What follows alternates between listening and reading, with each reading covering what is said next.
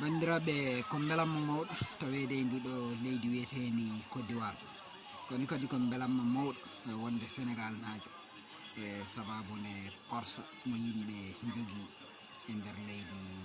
Sénégal naɓe tawetaɓe ɗo e nder leydi Côte d'Ivoire. Eɗen jiiya bandiraɓe Côte d'Ivoire naɓe so Sénégal ne joua way kono deuxiéme mabɓe eki woni e joude ni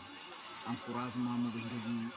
belamma konguɗi belɗi ɗiɓe kaldata e Sénégal naɓe encouragement ɓe mbatta e supportude e Sénégal so markino ɓe gollirta donc hollirta tan Sénégal ene mawni e mabɓe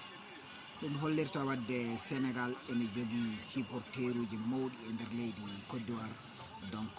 wadde darreɗe to dariɗon ɗo jaɓɓuɗon ɗo hande match moɗon ɗo ɗi fayi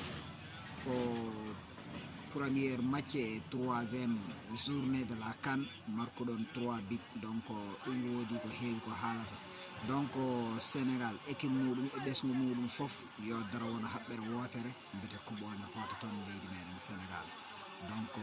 jaare yeeso Lion jaare yeeso Lion jaareɗa yeeso Lion alele Lion alele Lion alele Lion.